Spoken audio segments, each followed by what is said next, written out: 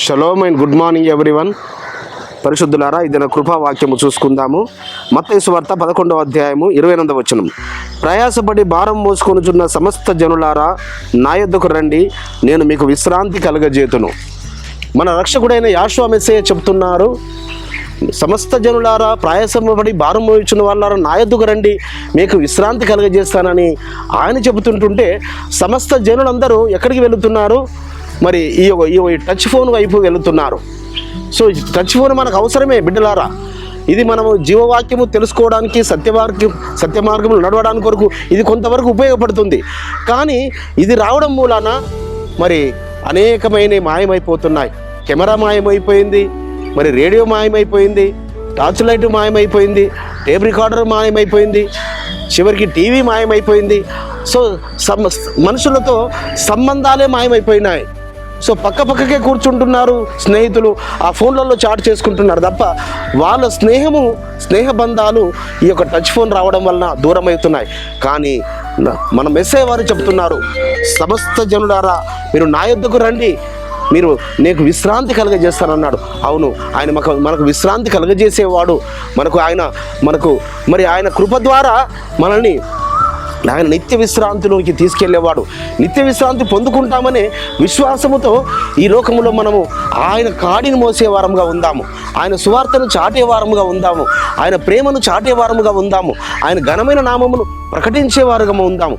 మరి మొబైల్ను మనం ఎంతవరకు వాడుకోవాలో అంతవరకు వాడుకుందాము, దాన్ని ఎంతవరకు దూరం ఉంచాలో అంతవరకు దూరంగా ఉంచుకొని. ఎందుకనగా ఇందులో మరి అనుదినం ఈ కృపావాక్యం దీని ద్వారానే వింటున్నారు మీరు. అనుదినము మరి వారము సబ్బాతు మెసేజ్లు వీటి ద్వారా వింటున్నారు. సో అనుదినము ఉదయకాలంలో జూమ్ ప్రేయర్ మీటింగ్ దీని ద్వారా జాయిన్ అవుతున్నారు. ఇది నిజమే, ఇది వాస్తవమే, సత్యమే.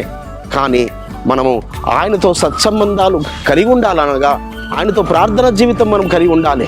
ఆయనతో మనము ప్రతి ఉదయమున ఆయనతో సంబంధం కలిగి ఉండాలి. ఆయనతో టచ్లో కలిగి ఉంటే మనము ఈ లోక బంధుత్వాలన్నీ అన్నీ మనకు సర్వసాధారణంగా అవి దీవెనకరంగా ఉంటాయి.